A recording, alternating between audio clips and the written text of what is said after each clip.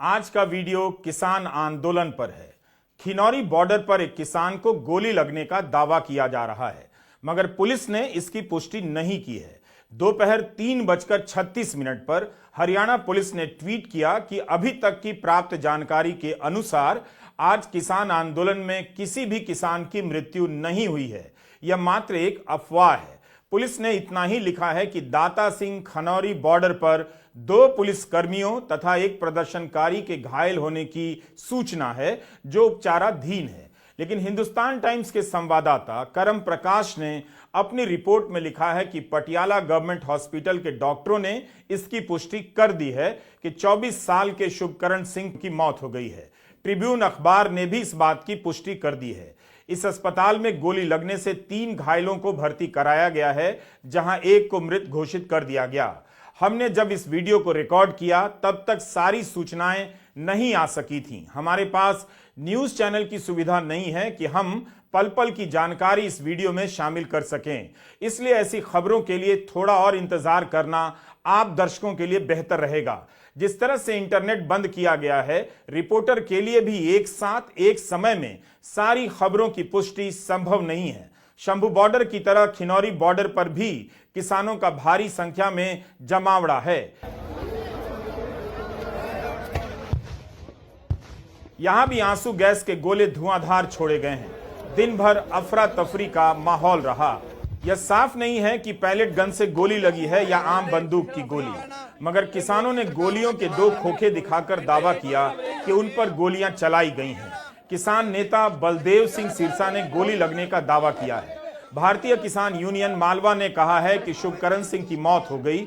बताया गया है कि शुभकरण सिंह 20-21 साल का नौजवान है, बठिंडा का रहने वाला है। यह शंभू बॉर्डर की हालत है। आप वीडियो में देख सकते हैं, आसमान आंसू गैस के धुओं से भर गया है।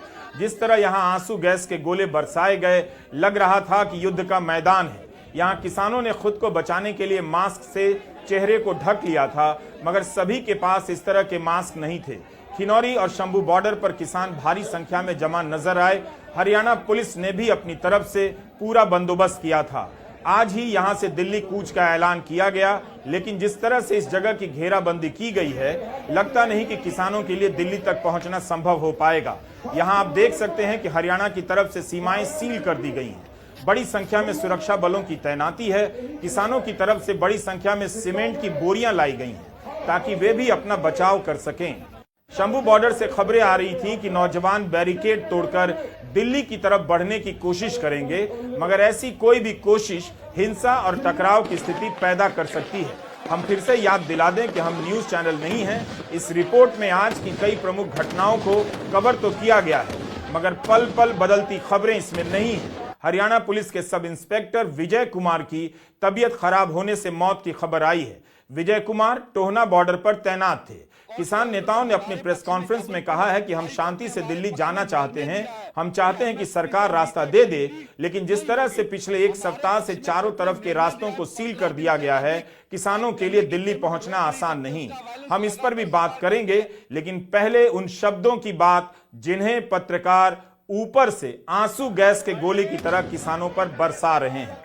किसानों ने नौजवानों से अपील की है कि हर हाल में धीरज रखना है और हिंसक नहीं होना है। रोकें लगाई हुई हैं, उससे आगे कृपया कोई भी साथी अपने आप ना बढ़े, ताकि शांति बनी रहे, किसी भी तरह का कोई नुकसान ना हो पाए। देखिए, इधर भी हमारा किसान है, उधर भी जो जवान है नजर आ रहा है, वो ऐसा लग रहा है कि जैसे हम महसूस करें कि वो हमारा दुश्मन हो। दुश्मन नहीं है, वो भी किसी किसान या मजदूर का बच्चा है, किसी अडानी का बच्चा नहीं है, ना ही वो किसी पॉलिटिकल नेता का बच्चा है। वो सब के सब किसान, मजदूर और गरीब लोगों के बच्चे हैं। उनकी मजबूरियां हो सकती हैं, लेकिन हमें इस माहौल को शांत रखने के लिए हमारी जिम्मेदारी ज्यादा बनती है।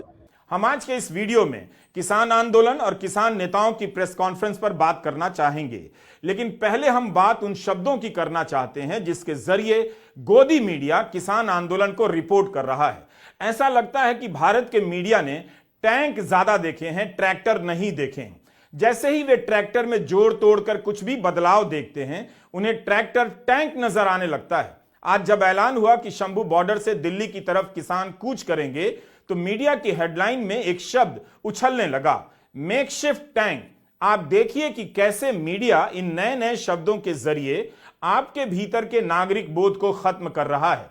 इस वीडियो को पूरा देखिएगा, सोचिए कि यह मेकशिफ्ट टैंक क्या होता है। क्या बिना गोला बारूद दागने की क्षमता के कोई भी वाहन टैंक या मेकशिफ्ट टैंक हो सकता है? मीडिया को ट्रैक्टर में ऐसा क्या दिखाई देता है कि उसकी तुलना वह युद्ध के हथियारों से करने लग जाता है? किसानों ने दिल्ली कूच का इस्तेमाल किया तो उनके ट्रैक्टर से लेकर जेसीबी मशीन को मेकशिफ्ट टैंक लिखा जाने लगा। ये चंद हेडलाइनें हैं। दिल्ली में घुसने के लिए किसानों ने बना लिया अपना टैंक, जरा पुलिस से भिड़ने की तैयारी देखिए। मेकशिफ्ट टैंक, पोकलेन मशीन और आयरन शीटें, दिल्ली मार्च के लिए किसानों ने बनाया ये प्लान। दिल्ली में घुसने के लिए किसानों की है पूरी तैयारी। अपने साथ लेकर आए हैं टैंक, बैरिकेड्स तोड़ने के लिए कई मशीनें भी साथ। मेकशिफ्ट टैंक का इस्तेमाल किया जा रहा है। क्या मेकशिफ्ट फाइटर प्लेन हो सकता है? क्या मेकशिफ्ट सेना हो सकती है? मेकशिफ्ट AK-47 हो सकता है? ट्रैक्टर या जेसीबी मशीन को मेकशिफ्ट टैंक क्यों कहा जा रहा है? उसमें टैंक की कौन सी खूबी है, कौन सी क्षमता है? क्या जो काम टैंक करता है उसका 10%, 1% काम भी किसानों के ट्रैक्टर और पोकलेन मशीन से किया जा सकता है?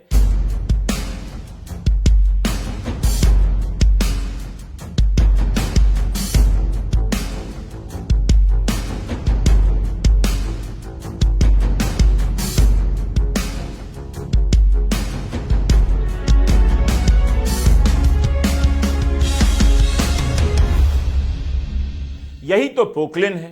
3 टप्पर की चादरों से इसके केबिन को घेरा गया है। कहीं से भी आपको यह टैंक नजर आ रहा है? क्या गड्ढा खोदने वाली मशीन टैंक बन सकती है? असली टैंक के एक गोले से इस मशीन का अता पता नहीं चलेगा, मगर मीडिया इसे मेकशिफ्ट टैंक लिख रहा है। खुदाई करने वाली इस पोकलेन मशीन को सिर्फ इसलिए टैंक कहा जाने लगा क्योंकि इसके केबिन को लोहे की चादर से बंद कर दिया गया है। फिर तो इसके ऊपर एक हवाई जहाज का नमूना या खिलौना टांग दिया जाए तो ये रफाल विमान भी कहा जाने लगेगा, मेकशिफ्ट फाइटर प्लेन।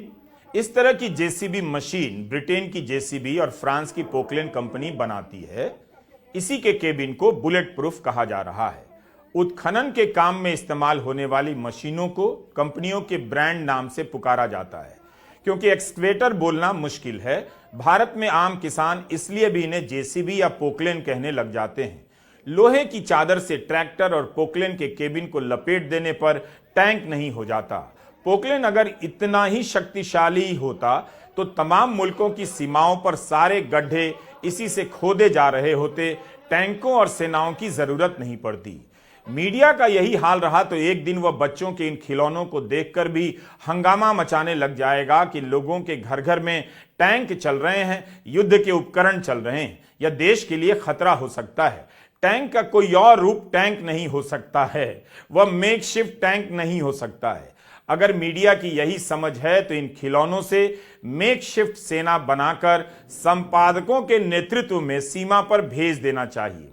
दुश्मन अपना असली टैंक छोड़कर किसी खिलौने की दुकान में छिप जाएगा जहां से हमने ये वीडियो बनाया है। देखिए, पूरे देश के मेलाओं में ट्रैक्टर ट्रॉलियां जाती हैं, जो पार्टी रैलीज करती हैं वहां ट्रैक्टर ट्रॉलियों से किसान मजदूर जाते हैं।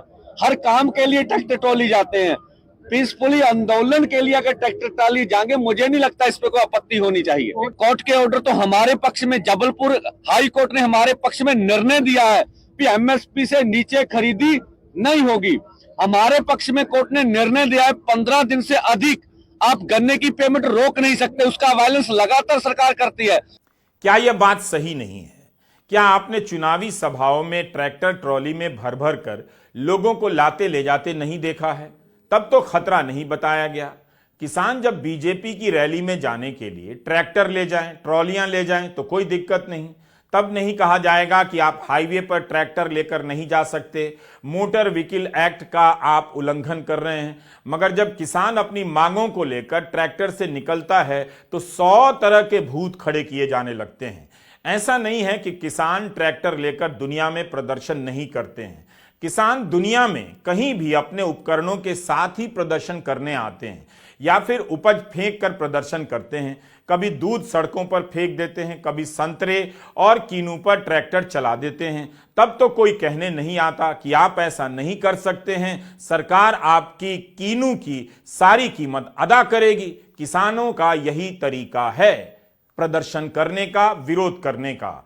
हमने 17 फरवरी के अपने वीडियो में आपको दिखाया था कि जर्मनी में किसान बड़ी संख्या में ट्रैक्टर लेकर अपनी मांगों के लिए सड़कों पर निकले, क्योंकि वहां की सरकार किसानों को मिलने वाली सब्सिडी खत्म कर देना चाहती थी। दुनिया भर में किसान कई बार ट्रैक्टर लेकर प्रदर्शन कर चुके हैं। किसान आंदोलन को मीडिया जिस नजर से देखता है, दिखाता है, उसमें प्रशासन और आईटी सेल के नजरिए में खास फर्क नहीं। मीडिया के इस्तेमाल किए गए शब्दों से पता चलता है कि वह लोकतांत्रिक गतिविधियों को शत्रु के हमले की तरह देखने लगा है। उसे किसानों के आंदोलन में लोकतांत्रिक अधिकारों को छोड़ बाकी सब नजर आ रहा है। जब सरकार बिना कोर्ट के फैसले के बुलडोजर लेकर जेसीबी मशीन से किसी गरीब का घर गिरा देती है, तब तो कोई नहीं कहता कि सरकार अपनी ही जनता को टैंक से कुचल रही है, बल्कि मुख्यमंत्री को बुलडोजर बाबा कहा जाता है। यही शब्दों का खेल आपको समझना है। मुख्यमंत्री बुलडोजर बाबा कहलाएंगे और किसान जब जेसीबी मशीन लेकर निकलेगा आतंकवादी कहलाएगा। आप देख लीजिए प्रेस आप जनता को किस नजर से देखता है और इन शब्दों से कैसे बांट रहा है। बुलडोजर से ज्यादातर मुसलमानों के घर गिराए गए। एंटी मुस्लिम मुद्दों के समय बुलडोजर राष्ट्रवादी हो जाता है, सरकार हो जाता है, मजबूत प्रशासन हो जाता है, और किसानों के समय जेसीबी बुलडोजर आतंकवादी हो जाता है। न्यूयॉर्क के पास न्यू जर्सी नाम का एक शहर है। यहां पर 15 अगस्त के दिन भारत की आजादी के उपलक्ष्य में एक शोभा यात्रा निकाली गई। इस शोभा यात्रा में जेसीबी मशीन भी शामिल की गई। स्वतंत्रता दिवस की शोभा यात्रा में जेसीबी मशीन का क्या काम, मगर लोग लेकर निकले। अपने देश में किसान अपनी मांगों को लेकर जेसीबी लेकर नहीं निकल सकता। जेसीबी मशीन इतनी लोकप्रिय हो गई कि जब ब्रिटेन के प्रधानमंत्री के रूप में बोरिस जॉनसन भारत आए तो उन्हें जेसीबी मशीन पर चढ़ा दिया गया, चढ़ गए। गुजरात में जेसीबी की फैक्ट्री है। इस घटना पर ब्रिटेन के प्रधानमंत्री की पार्टी के सांसद ने ही कहा कि क्या जॉनसन ने भारत के प्रधानमंत्री से यह सवाल पूछे कि जेसीबी से लोगों के घर गिराए जा रहे हैं। अगर नहीं पूछा तो क्यों नहीं पूछा। नाडिया विट्टम ने तो ट्वीट किया कि बीजेपी मुसलमानों का घर गिराने के लिए जेसीबी का इस्तेमाल कर रही है। अब आप लिंक जोड़िए, किसानों को क्या कहा जा रहा है, उनके उपकरणों को क्या क्या कहा जा रहा है। अगर आप सरकार की किसी नीति का विरोध करें तो मीडिया उसी तरह के शब्दों का इस्तेमाल करता है जिन शब्दों का वह मुसलमानों के लिए करता है, एंटी मुस्लिम डिबेट के लिए करता है। इतनी सी बात समझ जाएंगे तो आपके जीवन का 20 साल बर्बाद नहीं होगा। अब तो रैलियों में जेसीबी मशीन का इस्तेमाल होने लगा है, उससे फूल बरसाए जा रहे हैं। तब किसी को टैंक नहीं दिखाई देता। बड़ी बड़ी प्रतिमाओं पर फूल बरसाने के लिए जेसीबी का इस्तेमाल होने लगा है। नेताओं को माला पहनाया जाता है। तभी तो कर्नाटका में जेसीबी के इस्तेमाल पर रोक लगाई गई है। लेकिन किसान आंदोलन में यह मशीन दिखते ही सबको टैंक टैंक नजर आने लगता है। भारत का मीडिया प्रशासन के द्वारा गाड़े जा रहे इन कीलों को, कटीली तारों को और सीमेंट की ऊंची ऊंची दीवारों को, इनके जरिए रास्तों को बंद करने पर वैसे शब्दों का बयान नहीं करता जैसे लगे कि सरकार अपने नागरिकों को कुचल रही है। क्या पत्रकारों को यह सब देखकर मेकशिफ्ट तानाशाही का भी ख्याल आता होगा या आना बंद हो गया? पत्रकारों ने इंटरनेट बंद किए जाने को लेकर तो कहीं नहीं लिखा कि यह मेकशिफ्ट तानाशाही है, लेकिन किसानों के ट्रैक्टर को मेकशिफ्ट टैंक लिखने में उनकी कलम दौड़ पड़ती है। किसानों की तरफ इन्हें टैंक दिख रहा है, मगर ड्रोन से एक राज्य की पुलिस दूसरे राज्य की सीमा में किसानों पर आंसू गैस के गोले गिरा रही है। उसे किन शब्दों से देखा और लिखा जा रहा है आप नोट कीजिए। आंसू गैस से बचने के लिए किसान बोरियां लेकर आए हैं। इसे तो किसी पत्रकार ने मेकशिफ्ट बुलेट प्रूफ नहीं लिखा, कंधे पर बोरी टांग कर चल रहे हैं। कोई लिख देता कि यह मेकशिफ्ट बुलेट प्रूफ है।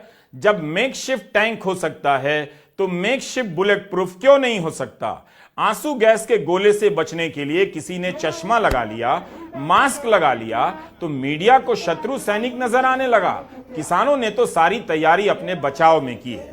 किसान नेता अपने भाषण में इस बात का ध्यान रख रहे हैं कि किसी भी तरह से आक्रामक ना लगे, उकसाने वाली बात ना कही जाए। हमारे देश का दुर्भाग्य है कि हमारे देश के किसानों को आज खालिस्तानी, देशद्रोही और इस तरह की संज्ञाओं से नवाजा जा रहा है।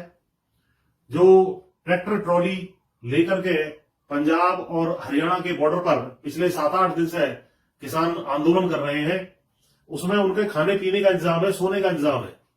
उनको टैंकों को, जो ट्रैक्टर है उनको टैंक के रूप में बताया जा रहा है। ऐसा लग रहा है जैसे चीन और हिंदुस्तान के बॉर्डर या पाकिस्तान और हिंदुस्तान के बॉर्डर की एक सीमा रेखा उनके बीच में है और नो मैन्स लैंड, और एक तरीके से जो आंसू गैस के गोले उनके ऊपर छोड़े जा रहे हैं, शेडिंग जैसे शब्द इस्तेमाल किए जा रहे हैं, ड्रोन से हमले किए जा रहे हैं। देश ने कभी भी इस तरह की स्थिति देश के किसानों के साथ किसी सरकार ने नहीं की है। देश का दुर्भाग्य है कि आज हमारे अन्नदाताओं को जो बातें पहले ही तय हो गई थी, जो पिछला किसान आंदोलन था उस दौरान जो बातें मान ली गई थी सरकार द्वारा, उनको 2 साल से उसके ऊपर कोई कार्रवाई ना करने के कारण मजबूरी में ही आंदोलन करना पड़ रहा है।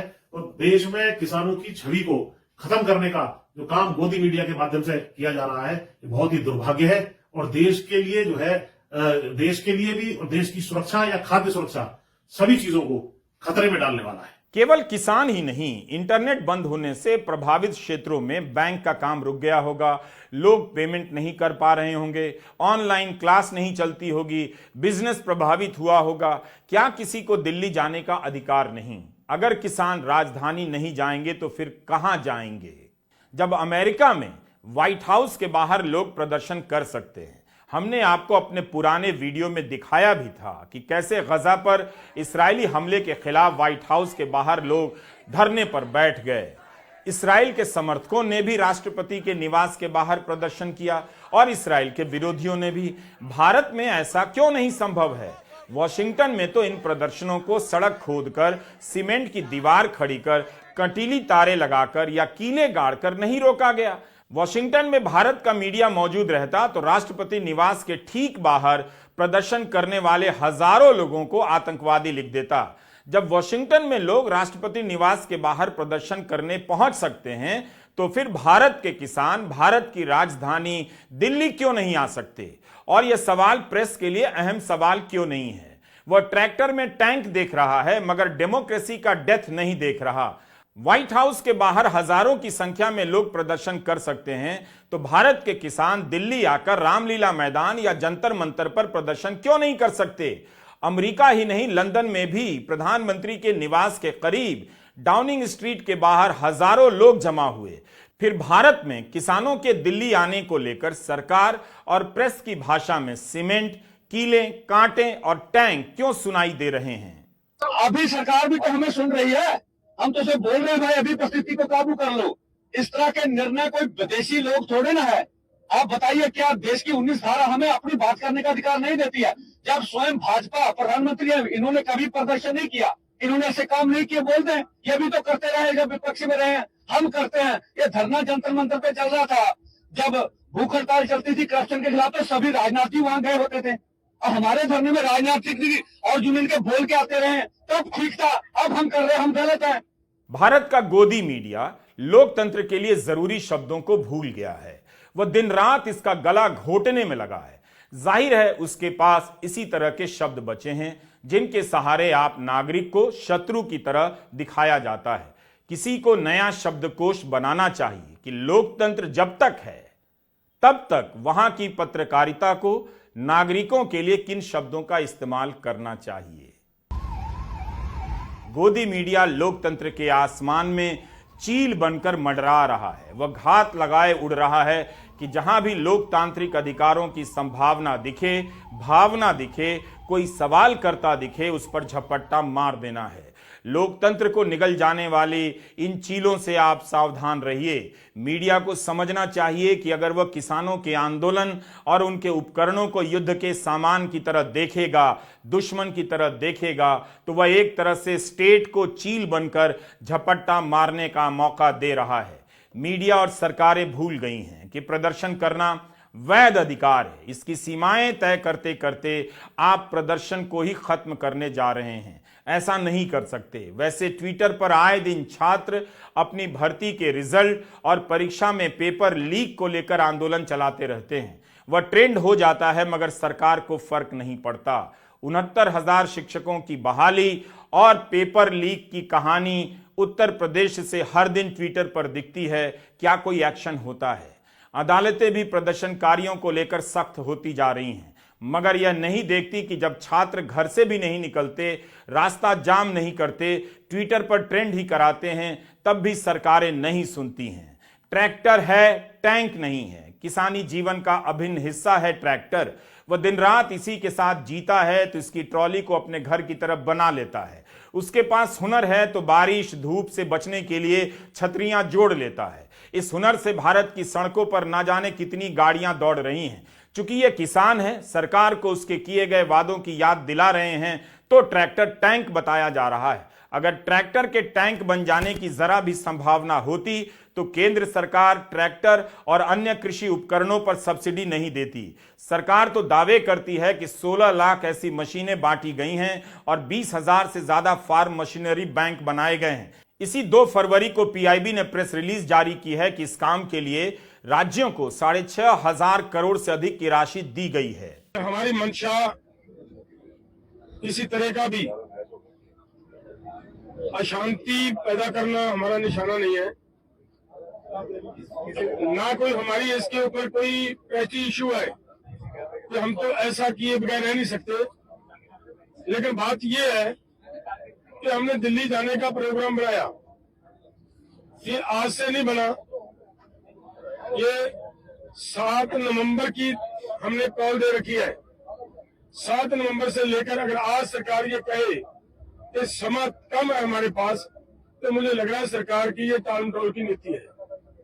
सरकार को ऐसा ना करते हुए देश के किसान मजदूर के पक्ष में फैसला लेना चाहिए। किसान देश का किसान है, देश के किसान ने देश को सेल्फ डिपेंड किया है, दिन रात मेहनतें की है। 7 लाख के करीब आज तक किसान सुसाइड कर चुका है। लेकिन ऐसे हालात में भी अगर सरकार किसान से बात करने की बजाय ऐसा प्रबंध करे कि किसानों को रोकने के लिए इतने बड़े बैरिकेड्स लगाए, तो ये उचित बात नहीं होती। हमारा निवेदन है कि हम शांतिपूर्वक ढंग से दिल्ली जाना चाह रहे हैं। सरकार कृपया हमें खुद ब खुद अपने वो बैरिकेड्स हटाते हुए दिल्ली जाने की अनुमति दे, वहां दिल्ली बैठने की व्यवस्था बना दे। हमें कोई दिक्कत नहीं है। लेकिन अगर फिर भी नहीं यह सरकार करना चाह रही, तो फिर हमारी मांगे वो मान ले। हमारे देश के प्रधानमंत्री जी हैं, हमारी सरकार जो वहां दिल्ली में बैठकर बड़े बड़े फैसले लेती है हमारे हम देश पूरे देश के लोगों के लिए, वो आज अपने किसानों के लिए एक बयान नहीं दे सकते कि भाई किसानों का हम ये मामला उनके फसलों की खरीदी का गारंटी का कानून बनाने के लिए तैयार है, बनाते हैं। तो किसान भी शांत रहे, हम शांत हैं। किसानों को शांत करने की किसी की जरूरत नहीं है। किसान पहले से पूरी तरह शांत है। शंभू बॉर्डर पर आज किसान नेताओं ने ऐलान किया कि सरकार से बातचीत तो हो रही है मगर कोई निर्णय नहीं हो रहा है। चौथे दौर की बातचीत में किसानों को जो प्रस्ताव दिया गया उसे किसानों ने रिजेक्ट कर दिया। अगर सरकार 5 फसलों की खरीद पर 5 साल के लिए गारंटी दे सकती है, तब फिर सभी 23 फसलों पर लीगल गारंटी देने में उसे क्या दिक्कत है? यही नहीं, किसानों ने कहा कि इसमें भी एक झोल है। जैसे कोई नया किसान कपास की खेती करेगा तो उसके ही कपास की खरीद की गारंटी दी जाएगी। इससे तो कपास की खेती करने वाले पुराने किसानों को कोई लाभ नहीं होगा।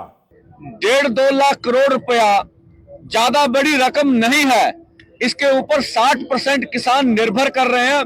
खेत मजदूर जोड़ लें तो देश की 80% आबादी बनती है। तो हमारी पूरा प्रयास है कि पीसफुली रहेंगे, अथवा अगर केंद्र को ऐसा लगता है अभी मांग मानने में कोई उसे दुचित्ती आ रही है, तो हम कहते हैं प्रधानमंत्री जी, संविधान की रक्षा करना आपका दायित्व है।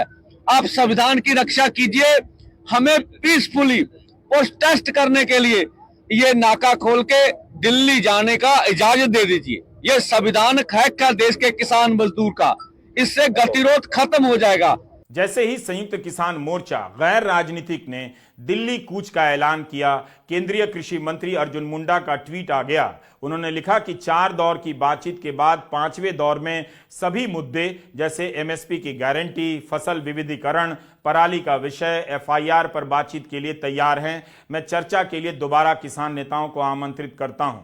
नवंबर 2020 से लेकर नवंबर 2021 के दौरान पहले चरण के आंदोलन में कई किसान नेताओं के खिलाफ एफआईआर की गई थी। किसान तब से एफआईआर वापसी की मांग कर रहे हैं। अगर एमएसपी का मामला जटिल है तो एफआईआर वापस लेने में क्या दिक्कत है? यह काम तो अभी तक हो जाना चाहिए था। पिछले साल नवंबर की यह खबर देखिए। हरियाणा के मुख्यमंत्री मनोहर लाल खट्टर ने ऐलान किया है कि कोविड के दौरान नियमों के उल्लंघन के मामले में जितनी भी एफआईआर की गई थी उन्हें वापस ले लिया जाएगा। मुख्यमंत्री ने तब बताया कि कोविड के समय जो नियम बनाए गए थे उन्हें तोड़ने के अपराध में 14,000 से अधिक लोगों को गिरफ्तार किया गया था और 8,275 एफआईआर की गई थीं। इन सभी को वापस लिया जाएगा। मुख्यमंत्री ने यह भी कहा था कि सरकार इस मामले को कोर्ट में उठाएगी। यह भी इसी 9 फरवरी की खबर है, अमर उजाला में छपी है। हरियाणा सरकार जाट आंदोलन में हुई हिंसा को लेकर 400 से अधिक एफआईआर वापस लेना चाहती है। हाईकोर्ट में अर्जी लेकर गई है, जबकि एमिकस क्यूरी ने विरोध किया है कि प्रकाश सिंह कमेटी की रिपोर्ट ने इनमें से 129 एफआईआर को बेहद गंभीर माना है। इन्हें वापस कैसे लिया जा सकता है? न जाने ऐसे कितने ही उदाहरण दिए जा सकते हैं एफआईआर वापसी के। तो किसान आंदोलन की इस मांग को अभी तक क्यों नहीं पूरा किया गया? एमएसपी को लेकर जो कमेटी बनाई गई उसकी बैठकें होती रहीं, अभी तक उसकी रिपोर्ट का पता क्यों नहीं है? जाहिर है केंद्र सरकार ने समय रहते किसानों की मांग पर पहल नहीं की, ध्यान नहीं दिया, अपने वादों को पूरा नहीं किया। संयुक्त किसान मोर्चा का आंदोलन 1 साल चला। अगर उनके नेताओं से समस्या थी तो संयुक्त किसान मोर्चा गैर राजनीति में नए नेता थे, नए लोग थे, उनके साथ नए सिरे से रास्ता निकाला जा सकता था, मगर नहीं निकला। इसकी जगह पर किसानों को खालिस्तानी कहा जा रहा है और ट्रैक्टर को टैंक बताया जा रहा है। यही वक्त है आपके सावधान हो जाने का। नमस्कार।